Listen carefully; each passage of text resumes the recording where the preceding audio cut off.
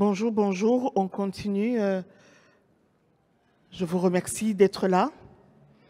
Je me sens particulièrement honorée d'être la modératrice de cette table ronde où j'ai des frères en humanité et en esprit qui viennent nous parler de ce qu'ils ont appris de leurs ancêtres. On a tout un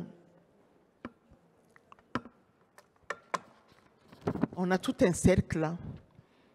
Puis on ne sait pas s'ils sont venus seuls ou s'ils sont accompagnés. Avec eux, on ne sait jamais.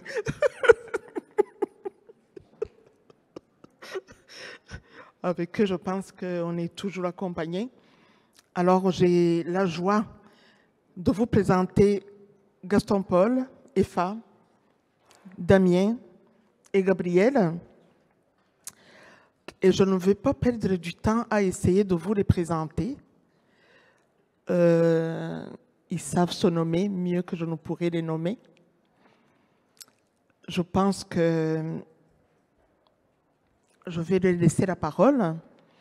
Et pour leur laisser la parole, je vais leur poser quand même une question. Ici, on nous a invités, on est dans une journée qui est sur un thème. Et le thème de la journée, c'est communauté de destin. Et le thème de notre table ronde, c'est « Et si la nature humanisait l'homme ?» L'animisme, exploration d'une écologie humaine. Déjà, en regardant le titre, je ne savais pas trop qu'est-ce que j'en pensais.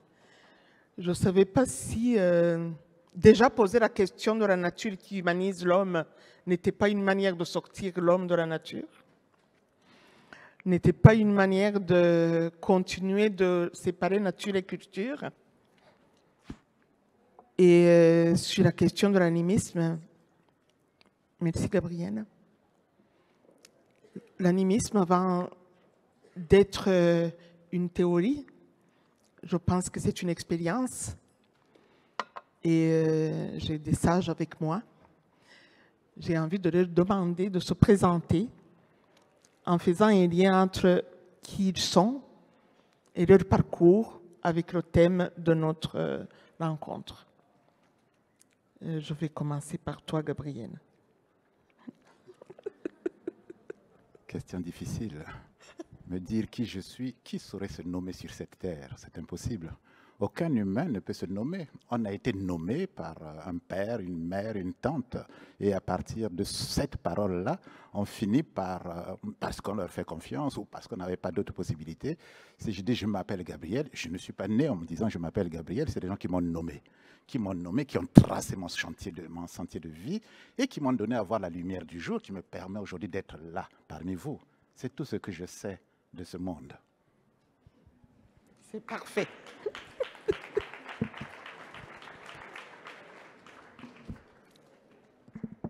À toi, Damien.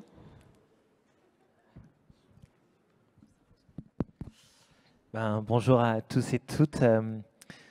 Peut-être moi c'est le lien le moins direct avec l'Afrique de l'Ouest, avec l'Afrique tout court, parce que malheureusement je ne suis pas un enfant du pays, je n'ai pas grandi là-bas. Mais disons que l'Afrique de l'Ouest est arrivée dans ma vie un peu par hasard. J'avais le regard tourné vers l'Asie pour des études en anthropologie, et puis j'ai rencontré une Peule qui deviendra assez rapidement mon épouse. Et pour donner une chance à notre couple, je suis parti vivre avec elle d'abord à Abidjan, ensuite au Burkina Faso. Et l'altérité présente notamment au Burkina m'a beaucoup travaillé, m'a beaucoup traversé, m'a mis sur les chemins de la relation pour penser par-delà naturiculture, pour faire de la relation des projets de territoire. Et c'est vrai qu'entendre des voix venues d'Afrique à ce niveau-là est très riche d'enseignements. Et aujourd'hui, je vais plutôt vous parler de quelqu'un avec qui je travaille. Il devait être avec nous en visioconférence, mais malheureusement, il est à l'hôpital. C'est Papa Yacouba Sawadogo, plus connu pour être l'homme qui arrêta le désert, prix Nobel, qui vit aux portes du Sahel et qui invente les conditions d'une résistance. Voilà. Merci beaucoup, Damien. Bienvenue. Gaston Paul. Moi, je suis Gaston Paul Epha. Epha est un nom étrange parce qu'il n'est même pas africain. Et je l'ai découvert tout à fait par hasard, le hasard est objectif, puisque longtemps j'ai été fasciné par la langue hébraïque, sans savoir pourquoi. Et un jour, au détour de lecture, j'ai appris que ce nom n'était vraiment pas un hasard, que les pains du désert étaient mesurés en épha et en homère. C'est une unité de poids. Autant d'en dire que le nom que nous portons est déjà riche de tout ce que nous sommes et tout ce qui nous a précédés. Ce n'est pas par hasard si dans la tradition hébraïque, on nous dit que l'enfant à la naissance a déjà l'âge de l'humanité, c'est-à-dire 6700 et des poussières d'années. Donc je porte un nom, et ce nom continue aujourd'hui à creuser le sillon qui m'a poussé dans les rencontres avec, en 2012, avec Gabriel Okoundji. Nous sommes invités à la Canebière, nous nous retrouvons dans le même hôtel, et je l'ai vu à la télévision, je l'ai entendu à la radio, il parle des ancêtres. Cet homme-là parle des ancêtres. Dans une période de la France où parler des ancêtres faisait honte. Ça me faisait honte, je préférais utiliser des concepts philosophiques. Je ne vous ai pas dit que je suis prof de philo. Et j'aimais briller devant mes étudiants en disant que j'étais complètement français. Et malheur à vous si vous dites que je suis noir, c'était tout un problème. Et je rencontre un homme qui me parle des ancêtres africains. Et je lui demande ce que ça voulait dire ces ancêtres. Il me dit, mais je ne parle que de l'animisme. J'ai dit, ça m'intrigue cette affaire-là. Hein, ça m'intrigue, c'est quoi l'animisme? Pour moi, l'animisme, c'est une religion abâtardie africaine. Qu'est-ce que c'est que cette affaire? Il me dit, on en reparlera. Je lui dis, maintenant que tu me le parles, il a une voix très calme, une voix d'évêque, ou de moine, ou de tradit praticien, et il m'a calmé dans sa façon de dire des choses, très posément. Il me donne 2-3 exemples. Je suis rentré chez moi, plus tard, j'ai réfléchi, j'ai fait des recherches, et je me suis rendu compte qu'en fait, tout était déjà là. Je ne savais pas que ce qu'il abordait avec moi, je le vivais déjà. Parce que j'avais rencontré dans la forêt camerounaise une vieille dame, Tala. Comment je l'ai rencontrée? Parce que à Strasbourg, j'ai fait venir mon père qui était malade. Il avait un cancer de la moelle épinière, on appelle ça myélome. C'est une maladie extrêmement douloureuse. Donc je le fais venir en France pour le soigner. Nous allons à Strasbourg voir un oncologue émérite, professeur Amé, qui regarde son bilan.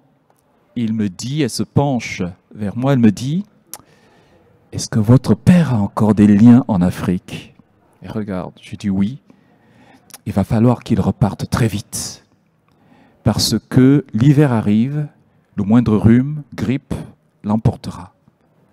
On ne sait même pas ce qu'il fait encore vivre, il va mourir. Mon père est à côté, il fait comme s'il n'entendait rien. Et la consultation se termine. Il dit voilà, on va voir maintenant comment mettre en place ce qu'on appelle des soins palliatifs. Mais il faut qu'il parte rapidement en Afrique et qu'il revienne. Je m'occuperai de lui. Je reprends ma voiture de Sarrebourg à Strasbourg, c'est 1 heure de route. Pendant 30 minutes, c'est le grand silence. Pas un mot. Et au bout d'un certain temps, il se tourne vers moi et me dit « Qu'est-ce qu'elle t'a dit ?» Je dis « Qu'est-ce qu'elle t'a dit? Tu veux vraiment savoir ?» « Oui. Il va falloir que tu retournes au Cameroun, mettre de l'ordre dans tes affaires et que tu reviennes parce qu'on va mettre en place un protocole qu'on appelle les soins palliatifs. C'est quoi? J'ai dit parce que les douleurs sont là, donc c'est pour t'aider à mieux les supporter, donc on t'assistera médicalement. Il fait tu es aussi aveugle et sourd que personne. J'ai dit pourquoi? Il dit je pense que je ne t'ai pas accompagné suffisamment sur ton chemin. Alors il va falloir que tu retournes en Afrique, que tu rencontres des pygmées, peut-être eux vont t'ouvrir les yeux et les oreilles. Silence jusqu'à Sarrebourg. Et quelques jours, je reviens, je lui dis, les pygmées, chez qui les pygmées? Il me dit, chez les pygmées, tu retrouveras quelqu'un qui va t'ouvrir les oreilles et qui va t'ouvrir les yeux. J'ai pris mon téléphone, j'ai un oncle qui est en Afrique, son nom ne s'improvise pas, il s'appelle Dieudonné. Je l'appelle et je lui dis, écoute, cet été, je viens, est-ce que tu peux préparer mon séjour? On va aller voir des pygmées. Parce que papa m'a dit d'aller voir des pygmées. Il me dit, ah, pas de problème, il y a des campements partout, on choisira bien un campement et tu iras voir les pygmées. L'été arrive, je ne pouvais pas y aller autrement pour rester le plus longtemps possible, je suis prof. Donc c'est l'été qui me donne un peu plus de temps. Je vous passe les péripéties de taxi de brousse pour aller voir les pygmées de la forêt camerounaise, la boue, etc. Et j'arrive dans un campement, et là nous avons un petit bout de femme qui m'attend dans la cour, 1,50 m. Je ne sais pas son âge, elle est sans âge. Je suis accompagné de Dieudonné, nous avons des victuailles. On avait des porteurs pour aller donner à manger du poisson, du sel, des boîtes de conserve, etc., en offrande. On me dit, quand vous allez chez les pygmées, il faut leur donner tout ça. On arrive, elle regarde ce que j'ai, elle dit, de ça, je ne veux pas. Vous repartez avec.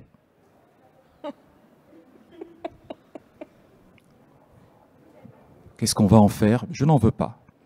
Et puis, elle me regarde et me dit, toi, tu m'intéresses. J'ai un traducteur. Elle dit, toi, tu m'intéresses parce que ta tête est coupée de ton corps. Tu vis avec ta tête et tu n'as pas suivi ton corps, le reste du corps. Tu es comme un instrument désaccordé. Vous voyez, les choses se mettent en place. Lorsque je rencontre Gabriel Mouenet, et lorsque je rentre chez moi, c'est tout cela que je réentends qui était déjà là. J'ai dit, les ancêtres dont il me parlait l'autre jour, en fait, je les vivais sans le savoir. J'avais rencontré Tala, est-ce que c'est cela l'animisme dont je creuse? La rencontre avec Tala dure 10 ans. Mon père ne meurt pas. Je vais au Cameroun 2 fois par an, rencontrer Tala dans sa forêt. Elle pratique des rituels, elle m'accompagne, et 10 ans plus tard, lorsque mon père décède, c'est mon père qui décide du jour. Il m'appelle dans sa chambre à Sarrebourg, il me dit « Maintenant, on va se parler. Qu'est-ce que ça donne avec Tala ?» Puisque je lui avais dit que j'avais rencontré une dame pygmée, que j'allais tous les ans. Ça donne quoi? J'ai dit on avance. C'est vrai qu'elle a transformé ma vie. Je suis professeur de philosophie. J'ai changé ma manière d'enseigner ma philosophie. Je suis parti des concepts à la vie. Maintenant, quand je fais un cours de philo, je passe les 3 premiers mois sans prononcer un seul nom de philosophe. Alors que je commençais par Descartes. Je leur disais, mais la philosophie, si vous n'avez pas lu Descartes, vous n'avez rien lu. J'allais sur Platon. J'ai dit, si vous n'avez pas lu Platon, c'est même pas la peine de continuer à rester avec moi. Aujourd'hui, 3 mois de philosophie, je ne leur prononce pas un seul nom de philosophe. Je suis en train de les accompagner dans l'expérience de la vie, qui fait que, souvent, c'est l'élève qui dit, « Ah, j'ai lu quelque chose, monsieur, c'est pas du Descartes, ça? Ah, tiens, alors on va approfondir. Pourquoi vous dites que c'est du Descartes? Mais oui, parce que ce que nous sommes en train de dire là, quand j'ai lu le « Je pense dont je suis », etc. Ah oui, je comprends maintenant. Vous voyez? Alors qu'avant, je faisais exactement le contraire. 10 ans plus tard, il me parle. Je devais aller faire cours à Lunéville. Il me dit, bon, maintenant, on s'est parlé quasiment toute la nuit. Il était 5 heures du matin. Je lui dis, il faut que j'aille quand même en cours à 8 heures, papa. Il me dit, bah, tu sais, un jour, ils viendront. Ce sera un cortège d'oiseaux qui viendra. Et lorsqu'ils viendront, je te quitterai et je m'en irai. C'est une image, c'est poétique. Mais ça veut dire quoi? Je le quitte et tous les jours, avant d'aller donner mes cours, j'ai un parcours de santé à Sarrebourg. C'est 2 kilomètres, je le fais, et ensuite je prends ma voiture et je m'en vais en cours. Et pendant que je fais mon premier tour, j'ai des tranches d'oiseaux au-dessus, et ça fait tilt, je dis, ah tiens, c'est bizarre, cortège d'oiseaux. Bon, je continue le chemin. Lorsque j'arrive dans la voiture, Je prends le téléphone, appelle en absence, maman. Oula, je rappelle, ton papa est mort. 10 ans plus tard, ça a été un défi, y compris pour la médecine. Professeur Amé, qui n'y comprenait rien, dit « Je ne sais pas comment vit cet homme. Je ne comprends pas. Ça fait 10 ans. » Et quand on le voyait, droit comme un cierge, toujours en train de marcher, pas de voiture, il avait des souffrances, personne ne le voyait, et il a pressenti sa mort, puisqu'il m'a parlé le jour même où il devait mourir. Vous voyez, c'est aussi cela que j'ai appris en compagnie de Gabriel Moinet à entendre, parce que les choses ne sont pas loin. Nous avons passé le temps à nous fuir, comme je l'ai fait en m'exilant dans ma tête, alors que je devais rechercher juste la note qui me permette de me connecter, pour reprendre un terme moderne, avec moi-même. Et si on est connecté avec soi, je pense qu'on l'est aussi avec le restant des êtres vivants. Et donc je voulais dire solennellement merci à Gabriel Moinet pour cela. Tu n'as pas à me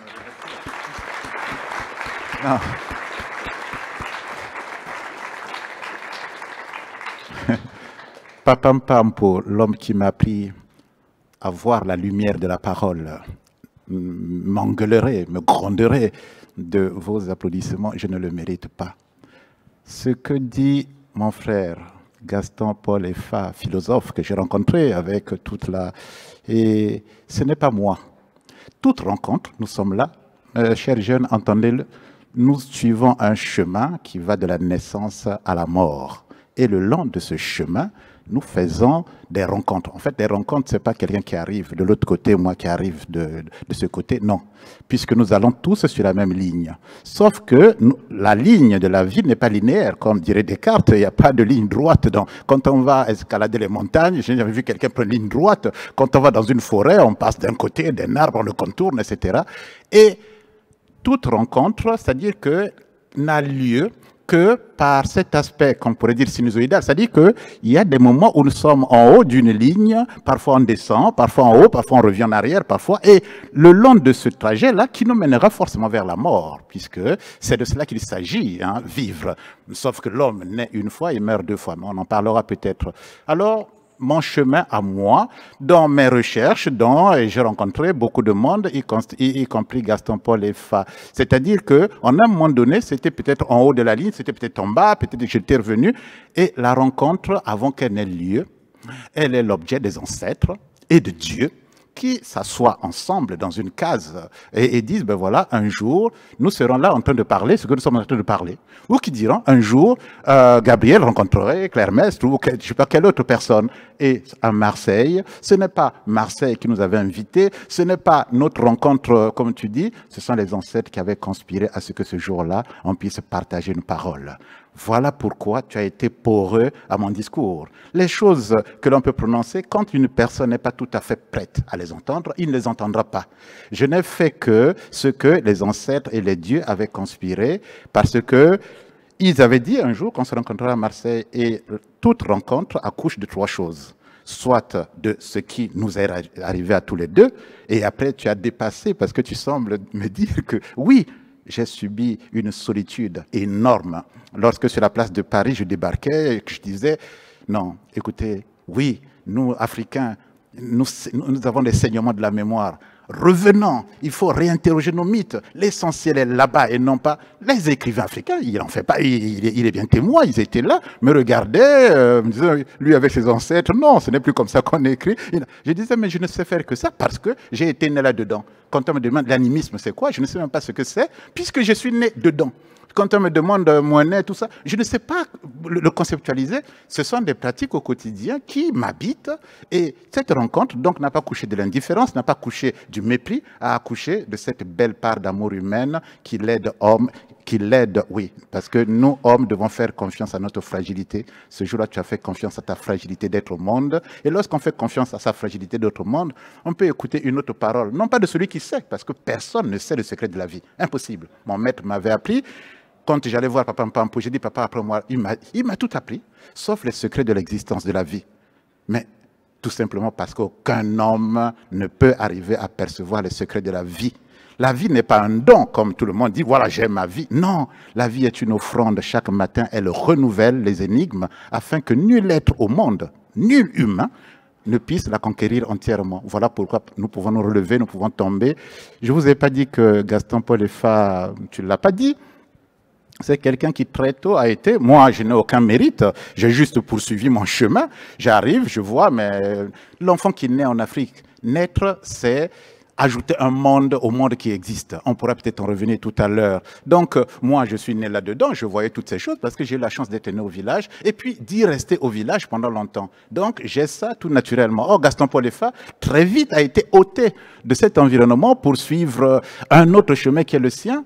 Et quelle joie j'ai eu ce jour-là parce que, bon, après que les Africains m'aient hué, m'aient crié, que j'étais, voilà, j'ai dit non, non, pas du tout, ce n'est pas un repli. Mais il faut que je dise au monde ce que les grands poètes ont tout écrit. Et alors, nous, qu'est-ce que nous reste? Ben, je me suis dit, je vais essayer de réinterroger qui je suis. Mais qui je suis? Ben, c'est l'enfant qui était là en train de faire médecine à l'époque. Mais qui je suis? C'est l'enfant qui hier était à Brazzaville, scandait les devises du marxisme-léninisme. Bien. Qui je suis? C'est l'enfant qui est né au village, qui a rencontré Ampélé, qui a rencontré toutes ces femmes. Qu'est-ce qu'ils m'ont appris? Ah, les bulles de la parole d'Ampélé. Voilà, je vais essayer de partager cela avec le reste du monde. Seulement, j'ai une amie qui est ici, qui a écrit des articles. Les gens, les Occidentaux, m'entendaient beaucoup plus. Jusqu'en Finlande, j'étais le premier poète africain à être traduit en volume. Mais du côté de mes propres compères, mes propres compagnons d'origine africaine, non. Mais parce que chacun redoutait, derrière ces concepts, derrière les saignements de la mémoire, ce refus, cette négation de nous-mêmes. Et quelle chance j'ai eu ce jour-là. Tu me remercies, mais c'est à moi de te remercier. Je rentrais de l'hôpital où, comme tout humain, que l'on a beau être moyen ou pas, on porte aussi les questions existentielles. Hein. L'initiation que j'ai subie ne me délivre pas des maux de tous les jours. L'initiation m'aide quelquefois à percevoir la lumière, mais aussi à m'étourdir quelquefois. Je sortais d'un étourdissement et je reçois là le Dieu perdu dans l'herbe. Ah tiens, oui, mais ça c'est un poète qui a écrit ça ou quoi? Gaston-Paul Effa. Ah bon, mais ah tiens, je me souviens, on était à Marseille et quand je vois cette dédicace, ah, qu'est-ce que tu m'as apporté? Dans les remerciements, Michel Onfray, Philippe Jacoté, tous ces grands noms-là, et on voit Gabriel Okoundji pour avoir ouvert le chemin. Mais je n'ai pas ouvert le chemin. Ce que je t'ai dit, c'est ce qui ne m'appartient pas du tout. Voilà, tout simplement.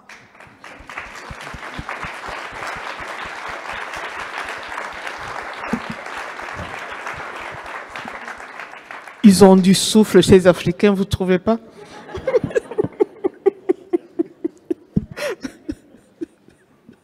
À toi, cher Damien. Alors, tu as voyagé jusqu'au pays des Peuls? Oui,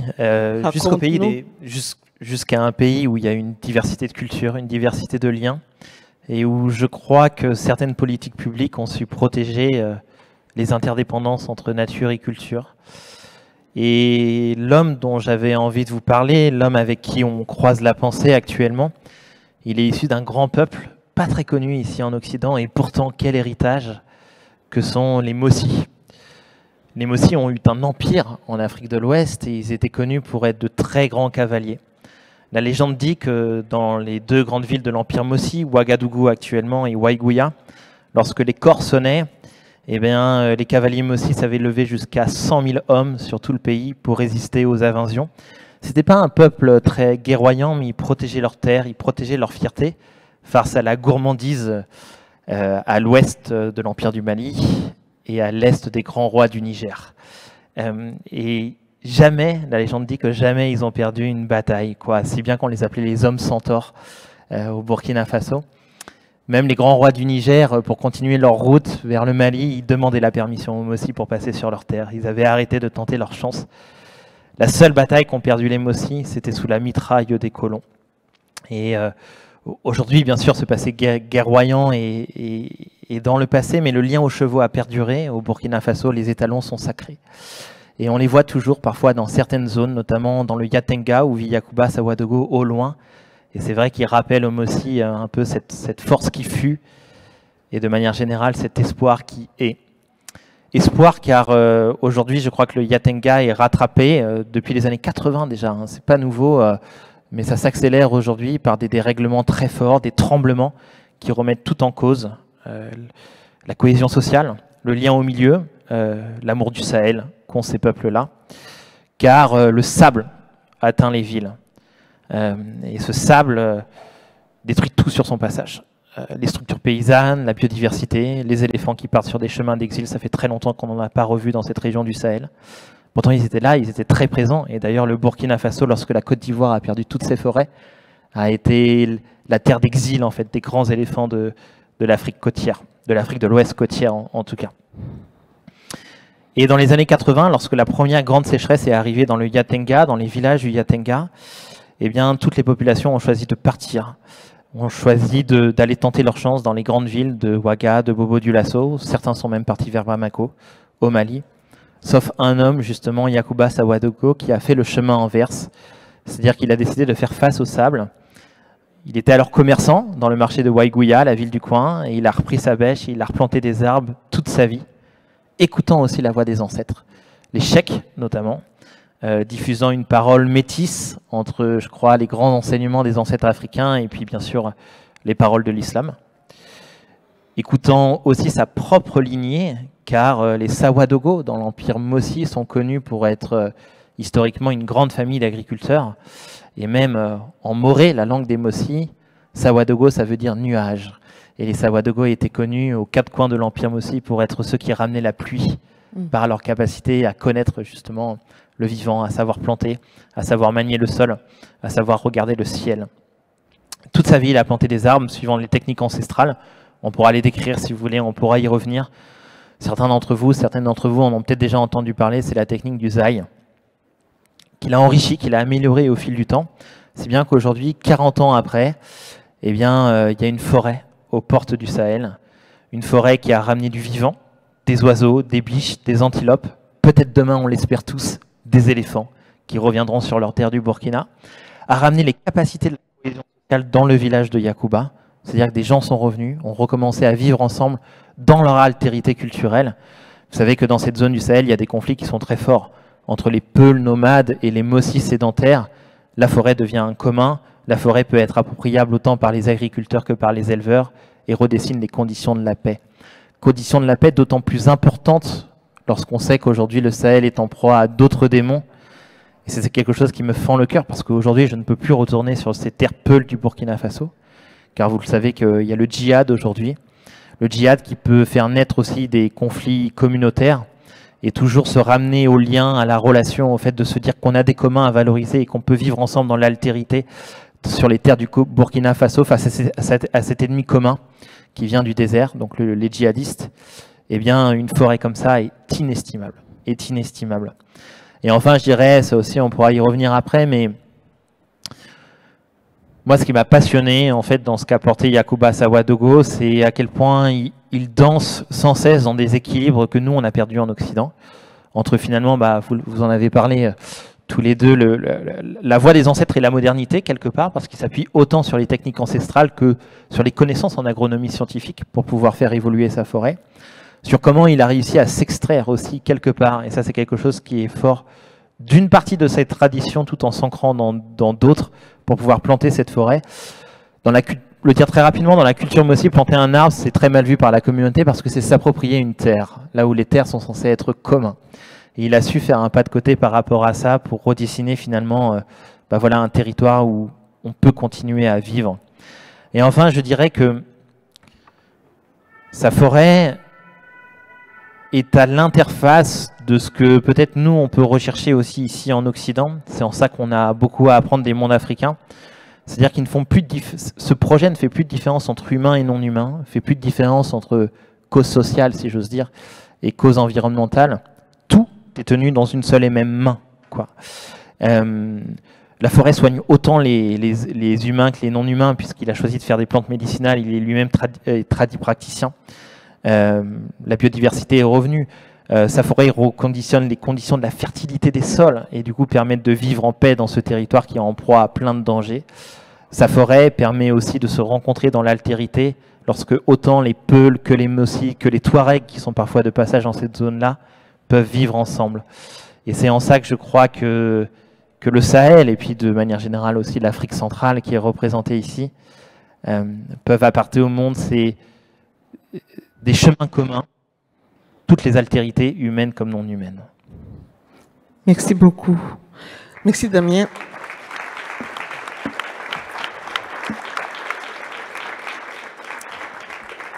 Avant de repasser la parole à Gaston Paul, je pense que je vais laisser t'entendre sur ce que tu dis quand tu te présentes en disant que tu es un militant méditant. Oui, c'est une bonne question. En fait, c'est parce que je suis plutôt issu des milieux universitaires qui ont tendance à ne penser que par la raison, comme, comme les tontons Gaston Paul et Gabriel l'ont bien expliqué. Et très vite, en fait, j'ai voulu aussi essayer de défricher des chemins citoyens pour cultiver cette société de la relation, au lieu de davantage que seulement la théoriser, quoi. Et voilà, j'essaye modestement à mon échelle autant de théoriser de choses que d'essayer de mettre les mains dans la terre pour agir dans ce sens. Et c'est vrai que l'Afrique de l'Ouest a été le meilleur professeur que je puisse avoir pour ça, quoi. Parce que tout est relationnel en Afrique de l'Ouest. Ce qui fait naître, et ça c'est Édouard Glissant qui disait ça, la relation fait naître autant des espoirs que des chaos. En Afrique de l'Ouest, ça s'observe. La maison de retraite, ça s'appelle la famille.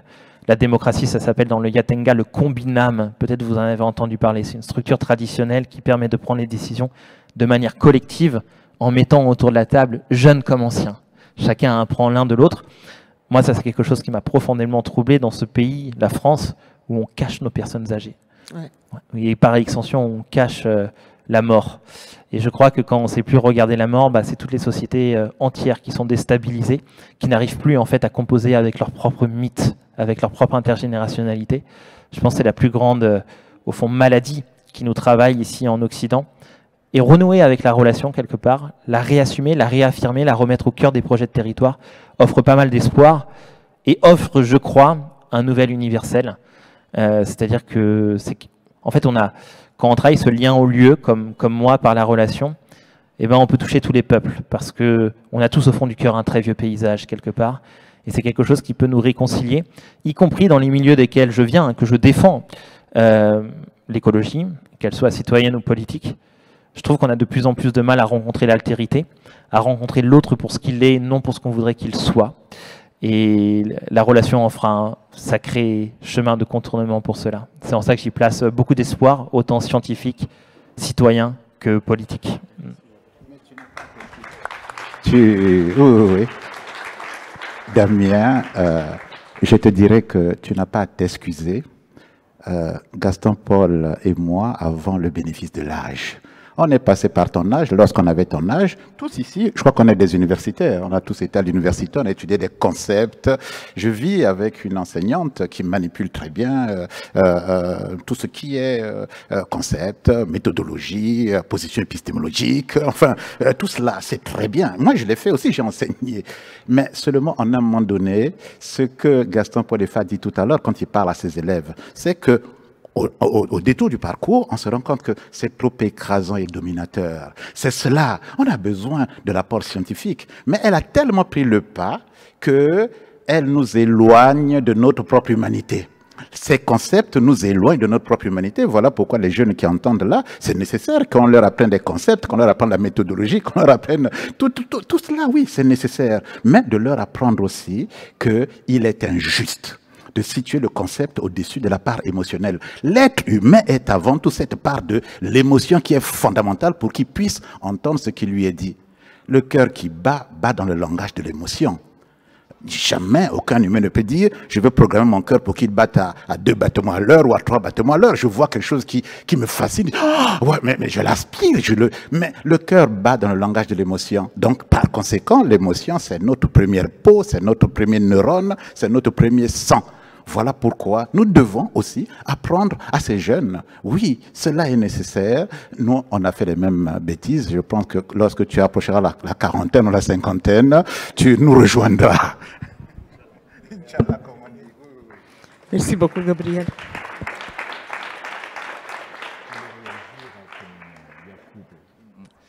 Je voulais juste réagir à son Yacoub, parce que je trouve que la démarche Yacoub, comment il s'appelle ? Sawadogo. Ce qui est extraordinaire, c'est qu'il n'a pas choisi de planter n'importe quoi. Il a choisi de planter des arbres. Et si vous saviez que ce sont les arbres qui nous ont fait, nous ne serions pas ce que nous sommes aujourd'hui sans les arbres. Si nous n'avions pas pu nous adapter aux arbres, nous ne saurions pas marcher. Réfléchissez bien à ce que je vous dis là. C'est grâce aux arbres que nous savons marcher, que nous savons manger, que nous savons penser, que nous savons embrasser, que nous savons prendre soin les uns des autres et même que nous avons transformé notre façon de nous soigner. C'est grâce aux arbres. Donc chaque être humain devrait se considérer comme un arbre en soi. C'est l'arbre qu'il est. Malheureusement, nous passons aussi tout notre temps à nous fuir, à fuir ce que nous sommes. Et ça rejoint ce que Gabriel rappelait tout à l'heure. La raison est un bel outil. Mais Karl Marx l'appelait la putain du diable. C'est à la fois la chose la plus belle, mais c'est aussi la plus perverse, la plus dangereuse. Le bruit de la raison en nous finit par nous éloigner de tout, y compris de nous-mêmes. C'est pourquoi il faut de temps en temps, et c'est ça la grâce de l'animisme, je prends plus d'audace que Moinet, puisqu'il dit « Moi, je ne sais pas ce que c'est ». De temps en temps, je dis « Mais les gens qui nous écoutent ont besoin qu'on leur donne parfois quelques repères. Ils veulent qu'on leur dise « C'est quoi alors l'animisme, puisque vous ne savez pas ce que c'est ?» Et je leur dis « L'animisme, c'est la voie du retour. C'est le chemin qui nous permet de retrouver le lien perdu. Le chemin qui nous permet de réaccorder corps, âme, esprit. Qui nous permet de sonner un peu juste. Quand je dis sonner juste, un balafon ne sonnera jamais comme un piano. Mais la recherche, c'est qu'un balafon sonne juste et qu'un piano sonne juste. Mais pas que l'un sonne comme l'autre. Or, la raison est déjà dans la comparaison. On veut sonner comme. Reste ce que tu es. C'est tout ce que je te demande. Et pour cela, on a besoin de temps en temps de suspendre ce bruit de la raison. Elle fait trop de bruit en nous. Il faut apprendre à suspendre ce bruit. Non pas détester la raison, mais de temps en temps la mettre de côté. Et toutes les techniques modernes aujourd'hui, yoga, etc., ne vont que dans ce sens-là, apprendre à suspendre la raison pour réentendre autre chose, cette émotion dont on parlait tout à l'heure, cette capacité d'émerveillement que nous avons oubliée, retrouver l'enfant que nous sommes. Ça fait presque honte, on dit tu fais le bébé, tu fais l'enfant. C'est devenu en Occident une espèce de disqualification de l'être, tu fais l'enfant. Non, il faut retrouver l'enfant en nous, cette capacité d'émerveillement, parce que l'enfant ne s'abandonne pas à la raison, l'enfant s'abandonne simplement au vivre. Le vivre qui a toujours été là, mais avant même que nous sachions ce que c'est, mais nous ne savons plus y accéder. Comment y accéder? Dans la suspension, pour qu'on réinvestisse notre part de nous, qu'on réapprenne à regarder, à respirer, à toucher l'autre. Est-ce que vous avez vu quand vous allez au supermarché ce qui se passe? Un homme qui passe à côté de vous, une femme dit « Bonjour monsieur, bonjour madame » ou « Monsieur et dame ». Ça m'est arrivé chez le boucher. On était deux hommes. Un monsieur passe, monsieur et dame, et il passe. Et quand il revient, je dis « S'il vous plaît, lequel des deux est monsieur, lequel est madame ?» « Oh, je n'ai pas regardé. » Je dis « Ben voilà. » Nous en sommes là, on ne sait plus regarder. On ne sait plus regarder l'autre parce qu'on a perdu déjà la capacité de se regarder soi. Et le mot le plus fort pour dire cela, c'est le mot intelligence. Le mot intelligence signifie une lecture intérieure. Ça a été perverti, on dit il est intelligent parce qu'il brille par des concepts. Non, c'est tout le contraire. Celui qui est intelligent met les concepts de côté. Il les a reçus, mais il faut les mettre à distance pour réapprendre à investir cette vie dans laquelle nous sommes d'emblée plongés et à laquelle nous n'accédons plus du tout. Donc, ce monsieur Yacoub, qui a planté des arbres, nous donne une leçon par l'expérience. Il nous apprend simplement à prendre soin de nous et à faire tomber ces grandes barrières que nous avons érigées à force de la compétition, à force du progrès qui est le symbole de cette perversion, le progrès pour le progrès, qui est la quête de cette perversion après laquelle nous courons.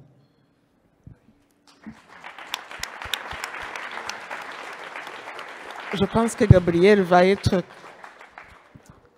aussi généreux que toi. Il va nous dire 2 mots sur ce qu'il ne veut pas nommer. Ce que tu ne veux pas nommer sur l'animisme. Oui, mais Gaston a déjà dit ce qu'il y avait à dire. Il est vain de rajouter la parole à la parole. Cependant, je vais juste dire, à l'endroit de ces jeunes, que le vieux que vous voyez, je vais vous raconter un tout petit peu ma vie, comment je suis né. Là, il y a très peu d'Africains ici, mais les Africains qui ont mon âge, qui ont à peu près l'âge de Gaston Paul Effa, qui ont la quarantaine aujourd'hui, s'ils sont nés au village, ils se reconnaîtront dans ce que je dis. Alors, ici, bon, nous, quand un jour une femme appelle un homme en disant « j'attends un enfant de toi », bon, à partir de là, on compose la parentalité, en fait, tout ce que nous savons. De mon temps, et jusqu'encore aujourd'hui, mais avec moins d'acuité, le père et la mère ne sont que de simples messagers. L'enfant qui naît, c'est-à-dire ce monde qui vient se rajouter au monde qui existe, est un envoyé des ancêtres. Nous sommes dans une vie où nous quittons le monde invisible et nous traversons ce monde dans lequel nous nous voyons pour repartir au monde invisible, le monde des ancêtres. Je vous disais tout à l'heure, la traversée des sentiers qui nous mène à la première mort. Alors, quand la femme est enceinte, comme ma mère était enceinte, et pour mes frères, c'est pareil, mon père a fait beaucoup d'enfants, donc j'ai vu l'expérience qu'il y avait auprès de mes petites sœurs. Et oui, ma chère collègue psychologue, à l'époque, je vous racontais tout cela, vous n'y croyez pas. Ma mère, dès qu'elle est enceinte, elle s'exclut de sa relation avec mon père, elle s'entoure de ses sœurs, voilà. À partir de là, elle est chouchoutée, dorlotée, parce que l'état de grossesse est vécu comme un état de fragilité, voire comme une maladie. Donc, il faut qu'on la protège. Protéger de ce qu'elle doit manger, protéger aussi des forces miraculeuses qui existent, protéger donc de tout cela. Et alors, ma mère, très tôt, avait, puisque dès que l'enfant, elle attendait un enfant, elle avait toujours la cola qui était là, qui devait la protéger.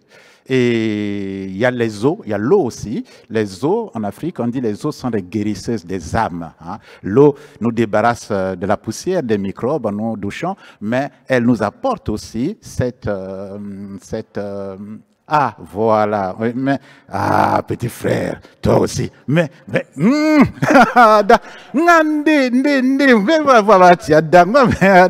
là, voilà. Mais. Alors, j'aurais voulu vous parler dans ce que lui et moi on peut parler dans notre langue, mais excusez-moi, les enfants. Voilà. Donc, cette chose-là est fondamentale.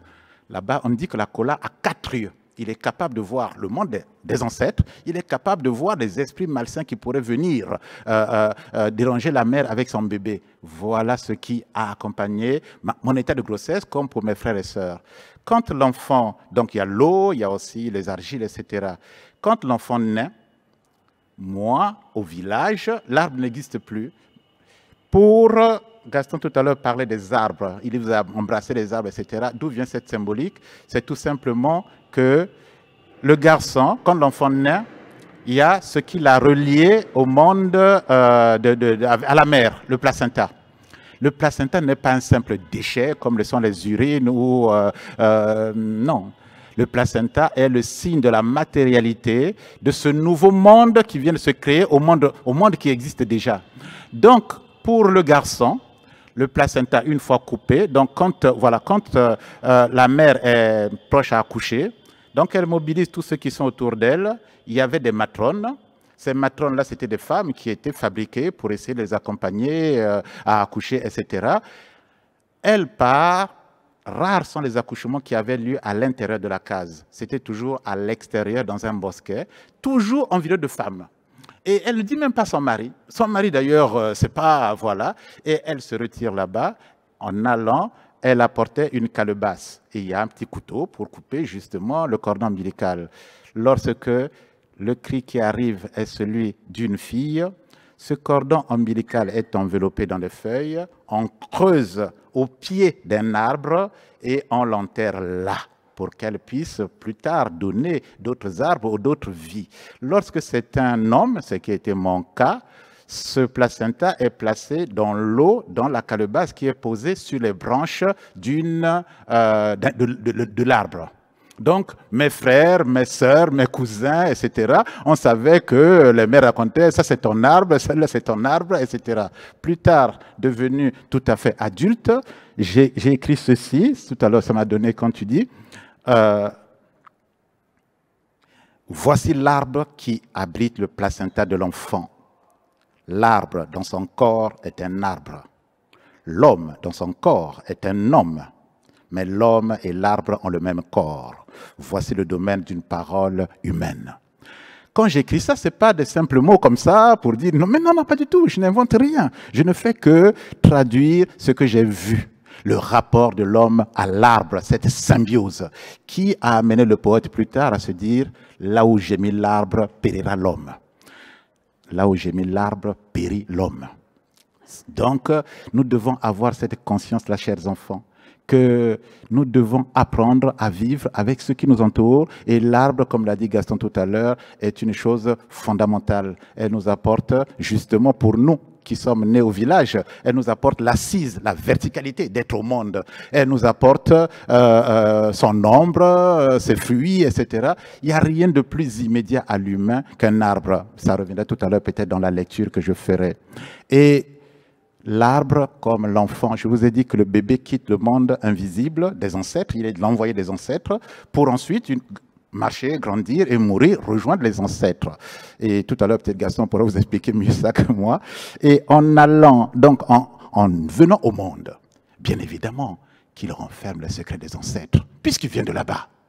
Alors, certains ont écrit que la fente qu'il y a entre le nez et la bouche, et bon voilà, c'est l'ange pour les uns, mais chez moi, ce sont les ancêtres. Lorsque l'enfant naît, à l'insu des parents qui lui ont donné la vie, ils disent voilà, tu as quitté notre monde, tu vas être dans ce monde-ci, le monde visible, tu vas apprendre d'autres choses. Tout à l'heure, on disait que l'ascendance de la science, il faut désapprendre la science peut-être pour mieux entendre la part de l'enseignement, la part de vous-même. Donc, on désapprend à l'enfant par ce geste de mutisme, de silence, en posant le doigt là-dessus. Voilà pourquoi la trace de l'ancêtre reste cette fente-là. Vous n'avez jamais posé la question pourquoi nous avons cette fente-là? C'est tout à fait inutile si on ne le sait pas. Et à partir de là, nous désapprenons, l'enfant à son gré, désapprend ou enfuit au fond de lui ce qui était du monde invisible pour réapprendre ce que vont lui apprendre. Et quant à l'arbre, c'est pareil. Voyez-vous, l'arbre, c'est l'un des éléments de la nature qui a des racines là enfouies dans le sol et la frondaison là-haut dans les nuages plus grands que nous. Mais on peut se demander pourquoi l'arbre ne parle pas. Parce qu'il connaît à la fois les secrets de là-haut et les secrets du sol. S'il se mettait à parler, peut-être qu'il y a longtemps, nous aurons détalé sur cette terre.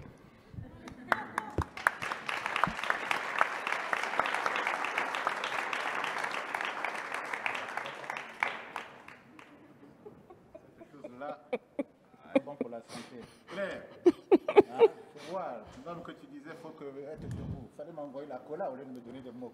Tu manges la cola? Oui, oui. Et tu prends avec quelle main, toi? C'est mon cadeau de dot. Non, c'est pas grave, il est encore jeune. Merci. Alors, merci beaucoup. Ici, ceux qui voudront la prendre, je vous la donnerai et je vous expliquerai pourquoi.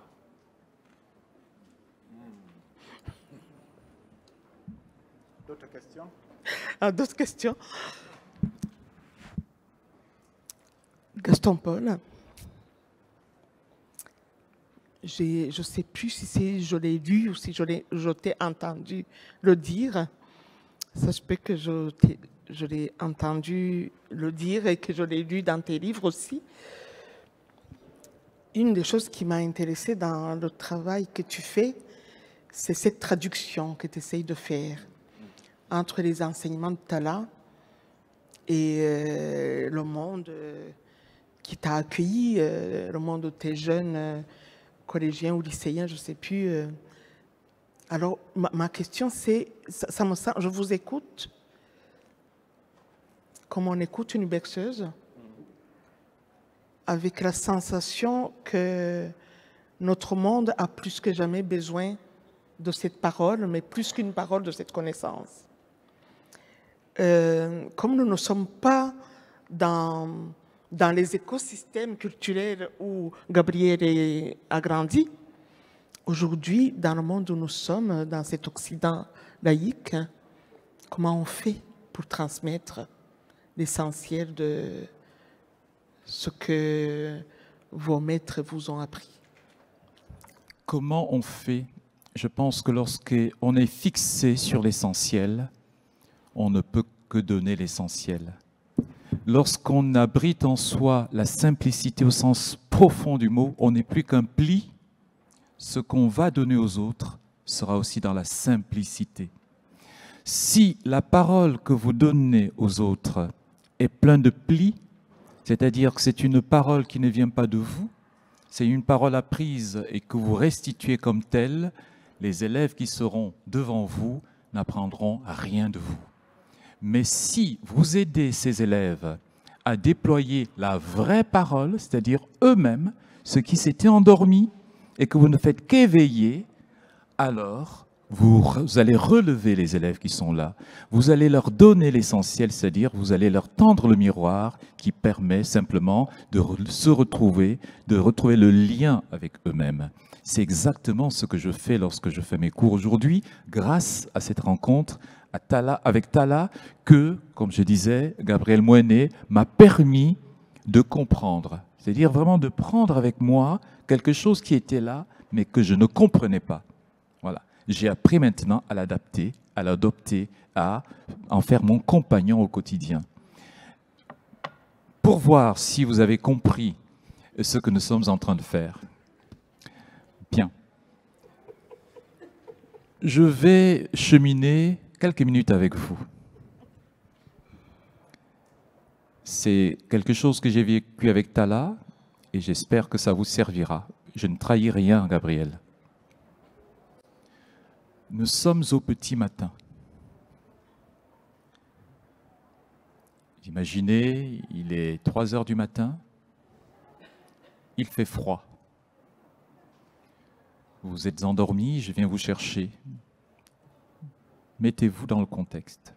Et je vous dis, eh bien, vous allez me suivre dans la forêt. Mais en attendant, je vais vous mettre un bandeau sur les yeux. Donc vous allez fermer vos yeux, simplement, comme si vous aviez un bandeau. Et je vais vous demander de vous mettre tout nu. Déshabillez-vous et vous allez me suivre dans la forêt. Il fait très froid. Nous commençons à fouler l'herbe. Il y a de la rosée à vos pieds qui mord. Au petit matin, ça réveille. On marche un certain temps. Bien, on va s'arrêter ici. Bien, je vais vous demander de descendre doucement. Attention, il y a un trou devant vous. Il est peut-être profond. On va y aller doucement. Premier pied, pied droit. Pied gauche, vous y êtes. Ben, vous allez vous coucher à plat ventre dans ce trou. Ne vous en faites pas. Il est à votre mesure. Il y a beaucoup de choses en dessous, hein. Il y a des choses qui vous piquent, ça sent même mauvais. C'est pas grave. Respirez, simplement. Ne vous posez pas de questions. Je vais vous relever maintenant. Et je vais vous poser quelques questions. Vous répondez ou vous n'y répondez pas. Première question. 2 mains qui frappent ensemble font un bruit.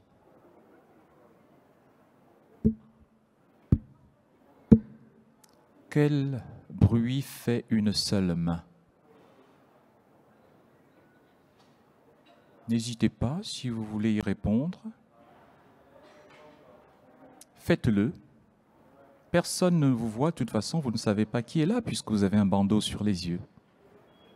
Vous levez la main et vous prenez la parole. Deux mains qui frappent ensemble font un bruit. Quel est le bruit que fait une seule main?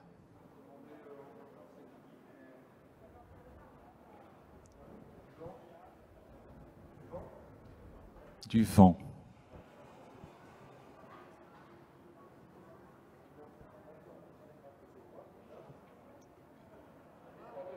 Et n'en fais pas.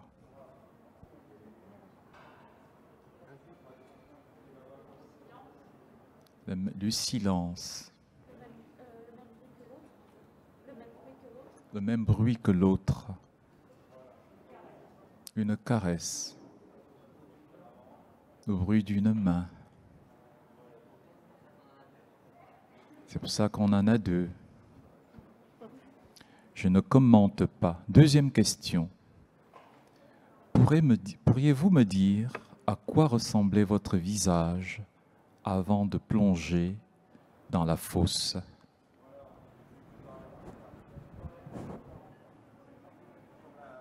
À quoi ressemblait votre visage avant de plonger dans la fosse? Vous répondez ou vous ne répondez pas? On ne peut pas savoir.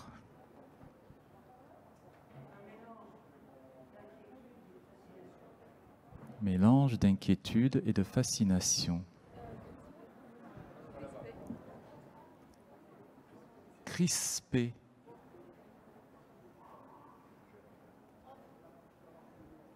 Autre. Propre. Ok. Je ne sais pas. Je ne sais pas. Un masque.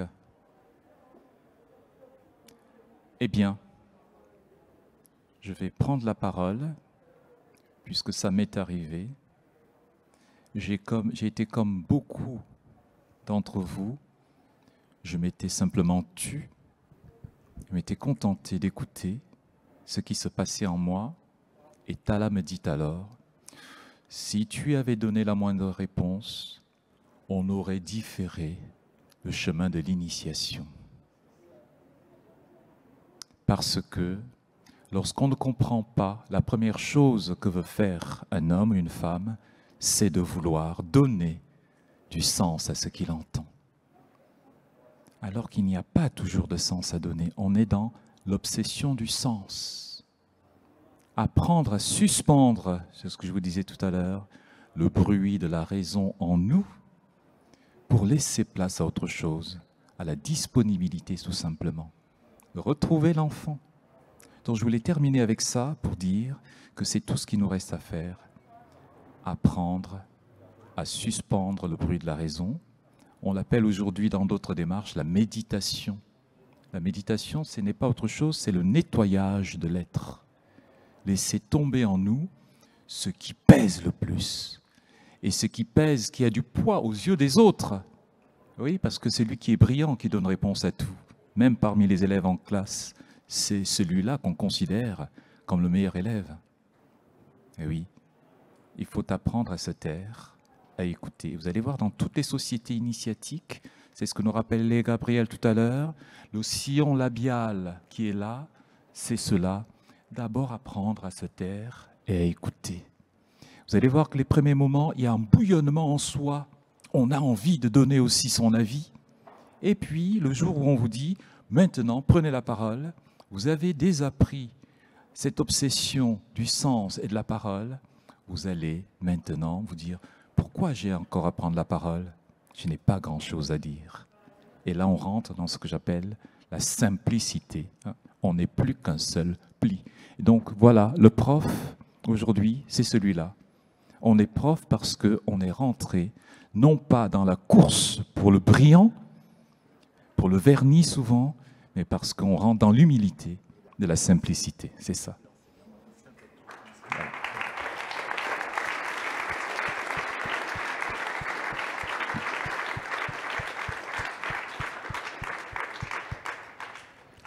Ton mot de la fin, Damien? C'est difficile. Non, mais peut-être je dirais sur ce que j'ai pu observer dans mes recherches en tant qu'anthropologue sur des territoires autant français que ouest-africains, c'est qu'au fond, tous les territoires demandent d'opérer une transition pour mieux vivre ensemble, pour faire face aux tremblements à venir, réchauffement climatique, crise sociale, crise démocratique éventuellement, et que ces transitions demandent bien sûr à la fois de s'inspirer de ce qui a toujours été fait et de ce qui marche, mais peut-être aussi de choses qui demandent à être bouleversées, qui demandent à être changées. La relation, c'est aussi une lutte, hein, c'est aussi un rapport de conflictualité, c'est aussi un chemin politique. Toute tradition n'est pas bon à garder. Dans le même village dont je parle, de Yakuba Sawadogo, la place des femmes blesse la raison et le cœur. Et encore une fois, c'est parce que Yakuba est allé en partie à l'opposé de ces traditions qu'il a pu planter des armes, qu'il a pu redessiner les espoirs au Sahel. Et je pense qu'il est là l'équilibre qu'on doit cultiver ensemble. C'est d'essayer de voir ce qu'on veut mettre en universalité, essayer de voir ce qu'on veut garder en pluralité. Et je pense que c'est que comme ça qu'on sera, encore une fois, emmené cause sociale et cause environnementale dans un seul et même horizon, tout en remettant poésie, diversité, altérité dans nos vies. Autrement dit, essayer de construire une France qui puisse abriter plusieurs Frances, essayer de construire un Burkina Faso qui puisse accueillir plusieurs Burkina Faso, quoi. Ouais.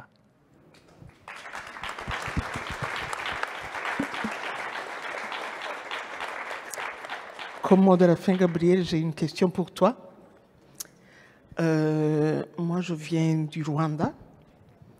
Ce matin, j'étais en train de discuter avec des femmes qui viennent du Congo, Kinshasa. Et une des choses qu'on disait sur cette table ronde-là, qui est une question qui me hante depuis longtemps, c'est l'histoire de ces régions-là que tu connais très bien, qui a détruit les humains, détruit l'esprit, le cœur, le corps. Et à long terme, de génération en génération, ceux qui ont été détruits hier détruisent les gens aujourd'hui, détruisent les corps des femmes. Et on essaye de trouver des réponses politiques, juridiques, économiques, sociales, alors que j'ai l'impression que ce qui a été blessé, c'est l'esprit, c'est le cœur même de la vie qui est visé. En vous écoutant cet après-midi, je me dis, mais ce retour à soi dont nous parle Gaston Polifa, le retour à nos mythes, à nos connaissances premières, contient peut-être des réponses pour réparer des âmes de nos enfants sur ces territoires complètement détruits par l'extractivisme. Et alors, je voulais questionner le sage, le poète, mais aussi le clinicien que tu es, pour savoir ce que toi t'en penses. Il y a beaucoup de psy ici dans la salle. Et si je me risque à une réponse, l'autre dira « Ah, d'après ma théorie bon. ». Donc, je n'irai pas sur ce niveau-là. Le sage, je ne le suis pas du tout. Papa Pampo, qui m'a appris à regarder la lumière à l'horizon et à essayer de faire entendre de mes questionnements, comme disait Gaston tout à l'heure, que le chant de l'oiseau puisse être mien. Il m'a dit que la sagesse n'existe pas. L'homme le plus sage du monde est capable de commettre un acte que tout le monde va dire, mais comment ça se fait que c'est lui?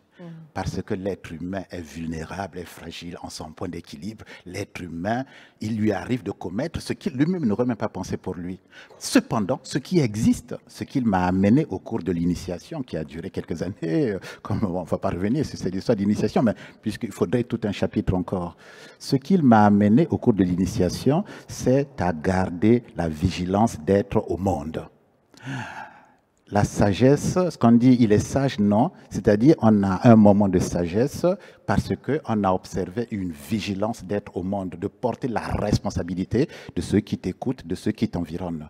Il n'y a que ça. Et que demain, je ne sais même pas pourquoi, je pourrais être à l'opposé de cela. La sagesse n'existe pas. Quant au poète, je ne le suis pas encore.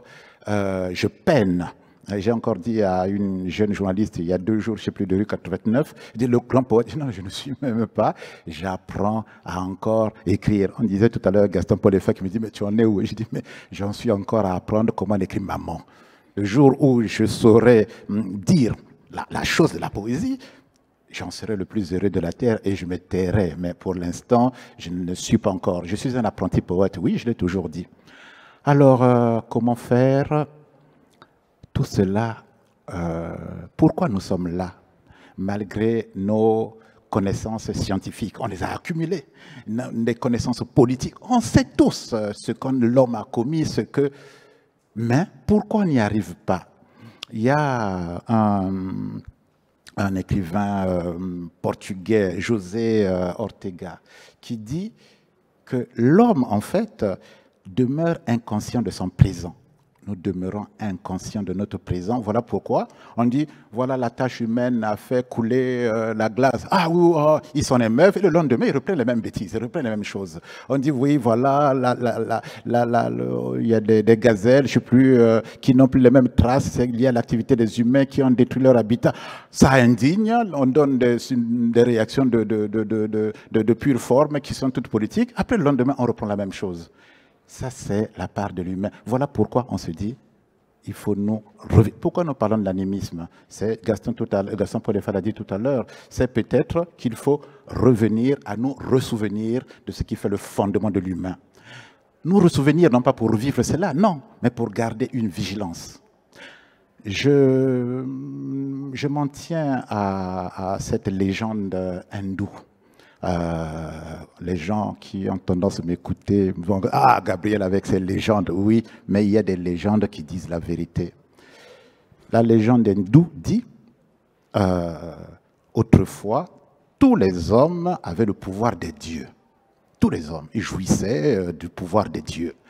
Et très vite, vous connaissez les humains, ils se sont mis à abuser de ce pouvoir. Alors, Brahma, le dieu des dieux, réunit son assemblée, réunit l'assemblée des dieux mineurs et leur dit, écoutez, les hommes ont trop abusé de pouvoir, je vais leur ôter ce pouvoir et mon problème, c'est de trouver le lieu où le cacher. L'assemblée des dieux mineurs s'est réunie, on dit, on va le cacher sous la terre. Brahma dit, un jour l'homme serait capable de creuser la terre et retrouver ce pouvoir divin. L'Assemblée s'est réunie à nouveau, dit, on va le cacher dans les océans. Brahma réfléchit, dit, un jour l'homme serait capable de plonger au fond des océans et retrouver ce pouvoir. Alors Brahma lui-même a réfléchi, je vais cacher ce pouvoir de l'humain. Au fond de lui-même, c'est le seul endroit où il n'osera jamais aller le chercher. Alors depuis, les hommes font des études, escaladent, plongent, font des discours politiques les plus beaux les uns que les autres, avec un savoir cartésien, scientifique, etc. À la recherche de quoi? De ce pouvoir qui est en fait au fond d'eux-mêmes. Et comme nous, ce que nous avons, c'est la science, c'est les paradigmes, c'est le discours politique, il faut qu'on fasse ça, il faut que nous peinons à vivre notre propre humanité. Le constat, il est là. L'homme peine à vivre sa propre humanité. Et pourquoi il peine à vivre? C'est parce qu'à un moment donné, c'est d'ailleurs l'intitulé de ce thème, est-ce que la nature peut aider l'homme mais la nature et l'homme font un, l'arbre et l'homme font un. Donc, il est grand temps que nous soyons vigilants du monde qui nous entoure. Voilà pourquoi je dis à nos décideurs, à nos scientifiques, jeunes gens, écoutez-moi, hein, à vos professeurs qui vous apprendront, bien sûr, des choses qui sont fondamentales pour le contrat social, pour avoir un bon boulot, etc. C'est fondamental tout cela. Mais ne perdez jamais du fait qu'effectivement, vous êtes avant tout des personnes humaines. Alors, ce qu'on demande avant tout à nos décideurs, c'est la chose qui nous appartient, qui nous rende la parole d'éveil, le silence qui fonde l'existence, pour que nous-mêmes on puisse se débrouiller à pouvoir retrouver les valeurs fondamentales de qui nous sommes. Sinon, on sera toujours dans cet aveuglement, et etc., etc. Merci.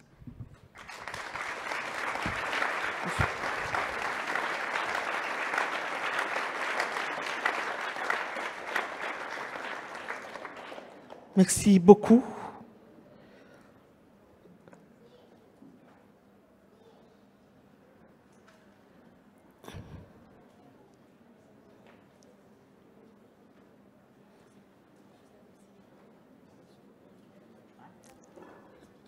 Quelque chose sur l'apparition du livre de Gaston?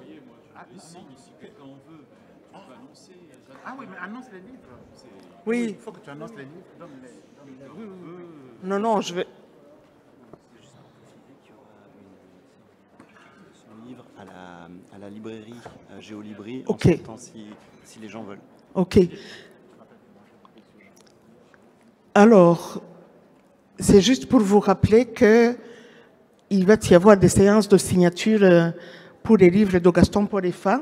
Il y en a beaucoup, mais il y en a un qui vient de sortir. C'est lequel ton dernier, donc? Celui qui vient de sortir, il est là. C'est ça. C'est lui, l'enfant que tu as été, marche à côté de toi.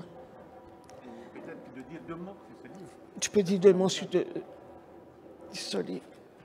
C'est un livre, c'est rapide, hein, c'est un livre qui est né de l'attentat de Strasbourg que j'ai eu le malheur de vivre en 2011, le 11 décembre 2018 à Strasbourg, et qui a laissé des traces. Et je montre comment, on utilise un mot à la mode aujourd'hui, résilience, comment on peut se relever après un traumatisme.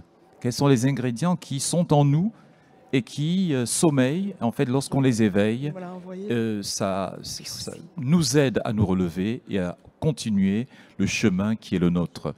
Et donc, et l'autre, c'est le Dieu perdu dans l'herbe, et qui est la parole de Tala, lorsqu'elle me dit « Tu cherches le bonheur ailleurs, alors que le bonheur est à tes pieds. » Donc, il faut simplement que tu apprennes à te pencher.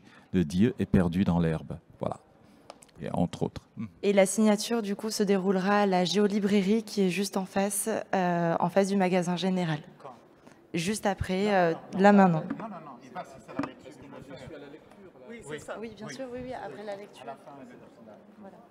Quand on aura terminé,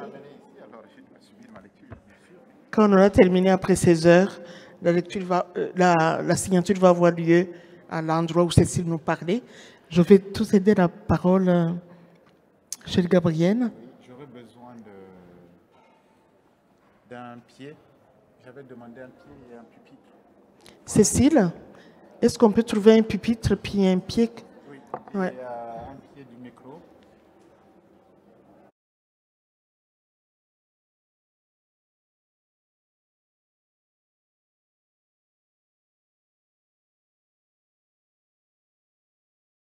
Une remarque à faire à offrir. Oui, monsieur.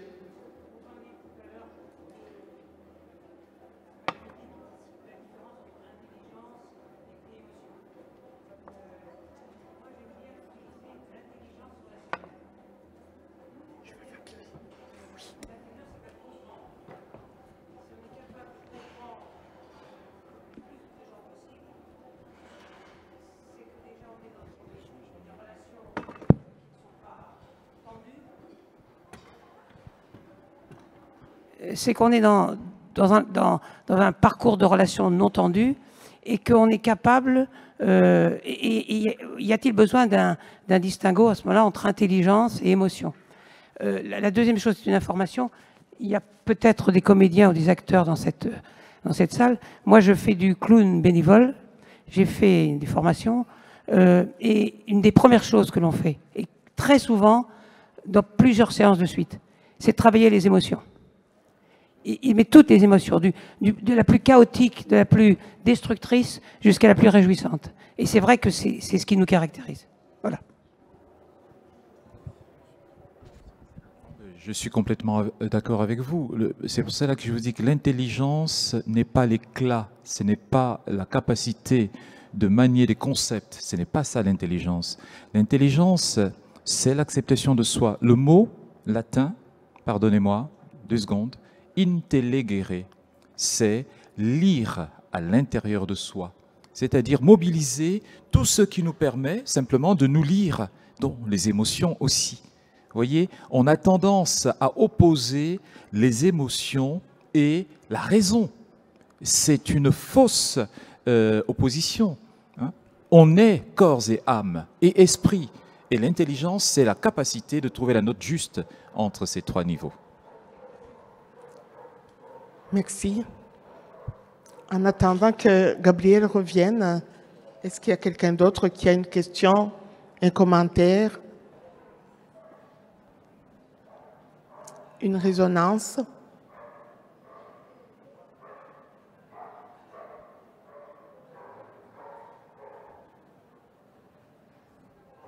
C'est bien, vous avez compris que le silence est fondamental.